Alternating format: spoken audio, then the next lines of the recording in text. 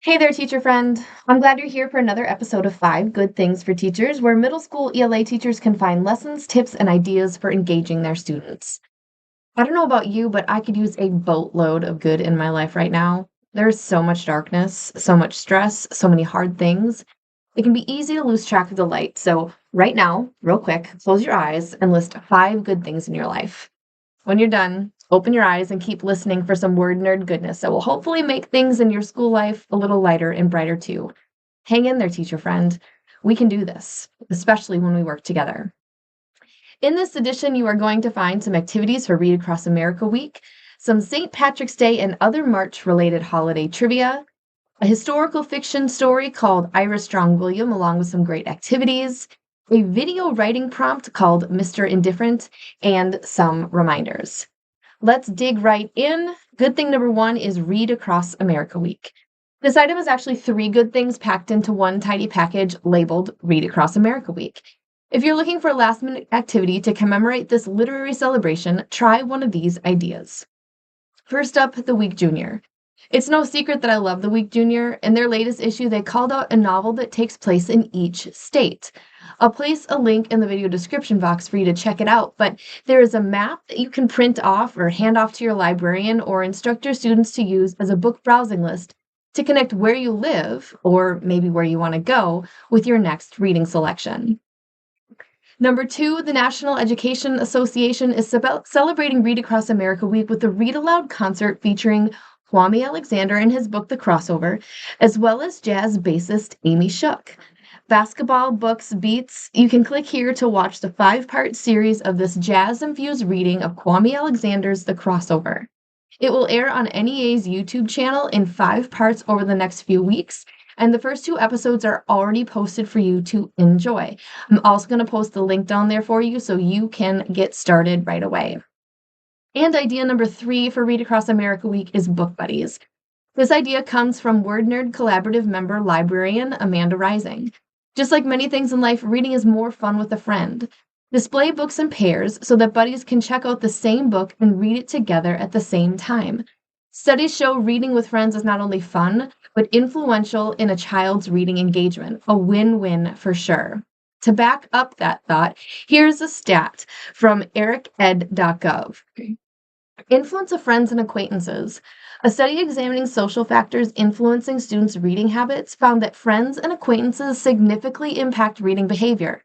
The data indicated that 26% of respondents felt their friends influenced their reading habits to a large extent, while 13% felt this influence to a very large extent. So get the books in the hands of buddies and watch their engagement soar. Good thing number 2 is March trivia brain breaks.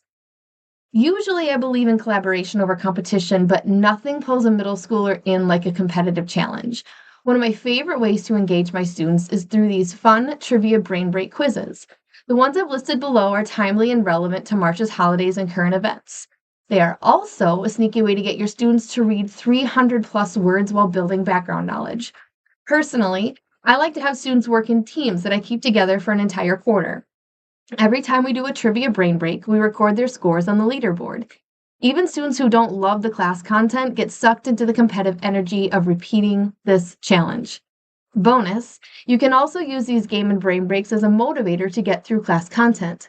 I frequently told my students, if we can finish our work on Chapter 7 with quality, or if we can get 12 students to offer up opinions on this discussion, or after we fill in the blank, then we can do another trivia break. Hopefully you're able to find similar success with the activities. I'm currently up to 37 different trivia quizzes, and adding more all the time. If you have a request for a topic, holiday, or theme, just put it in the comments below, and I'll get right on it. The trivia videos I've listed for March are Iditarod trivia. That race has already started on Monday, March 3rd. March Madness or Tournament Trivia, the selection show is on March 16th. St. Patrick's Day is on Monday, March 17th. You could also use a green trivia break during the St. Patrick's Day holiday or month. And also, March is Women's History Month, so I've got a trivia video for that as well. Lots of different options to have fun and motivate your students. Speaking of St. Patrick's Day, let's get to good thing number 3, Irish Strong William, a short historical fiction story. This is the perfect social studies and ELA cross-curriculum unit for St. Patrick's Day. Read about William and his journey from Ireland to Ellis Island and beyond in this short historical fiction story. Then continue learning with vocabulary, word work, comprehension quizzes, written reflections, and extension activities. Short story text and read-aloud audio video are included in this resource. I'll put a link below so you can grab it from Teachers Pay Teachers if you'd like, and if you're already a member of the Word Nerd Collaborative teacher membership, it is waiting on the website for you. Here's what this story's about. William has traveled to America from Ireland with the hope of finding a better life. Unfortunately, things do not go well for William in the new country, and he is separated from his family. Will William be Irish strong enough to ride on the orphan train to find a new home in a new country? And you can find out all about that in this story. Good thing number 4 is Mr. Indifferent. It can be hard to teach when life is hard, when uncertainty surrounds us. It can be especially difficult to keep our opinions to ourselves when we would love to desperately help our students be better humans than many of the adults surrounding them. One of my favorite parts about being a middle school teacher is that every day I got the opportunity to help my students learn how to be a caring and contributing member of society. I got the chance to teach them how to be kind, considerate, inclusive, and brave. I got to tell them that their past mistakes didn't determine their future and that they could always make a new choice. If you're looking for an opportunity to do the same, show this cartoon short titled Mr. Indifferent. Then ask your students to write about what the main character learned and in turn what they will take away from the story.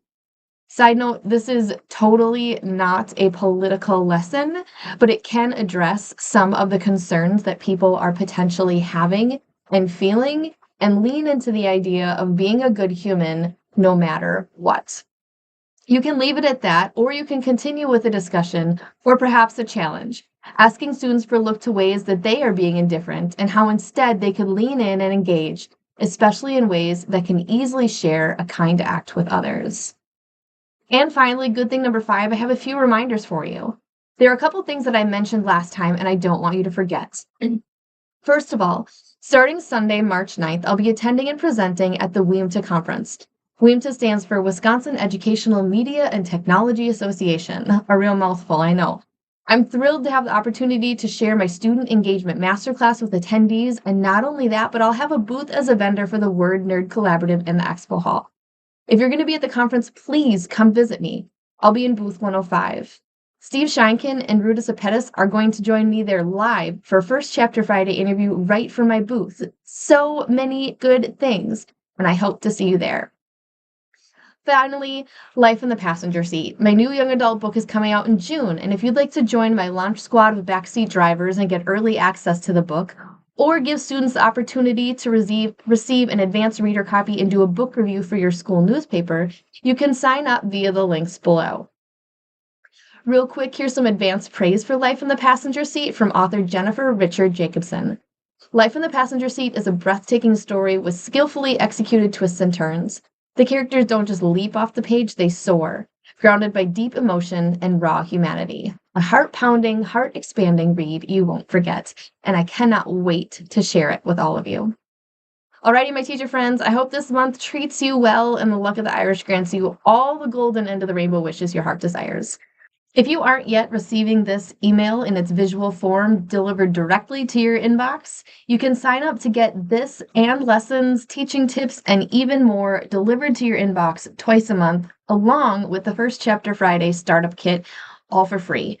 So click the link in the video description box that says amandazieba.com/teacher signup to get your Word Nerd goodness delivered today.